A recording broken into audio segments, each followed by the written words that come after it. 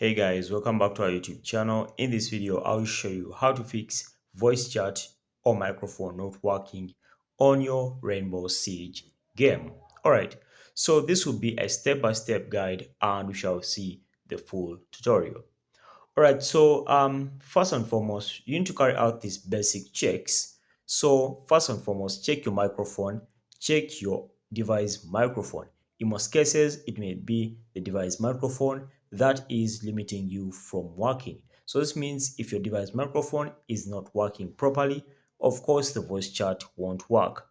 Alright, so another thing, check the in-game settings. You can launch Rainbow Siege, then go to options, then choose audio, and then verify the correct microphone is selected under microphone devices. So this means guys, you might have selected a wrong microphone. So make sure that you select the right microphone before you can go ahead and look for the solution.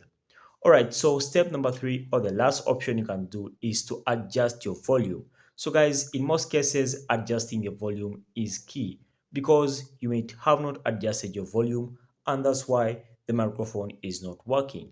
So quickly adjust your microphone volume and then you would see your microphone working or your voice chat on Rainbow Siege will be working once again.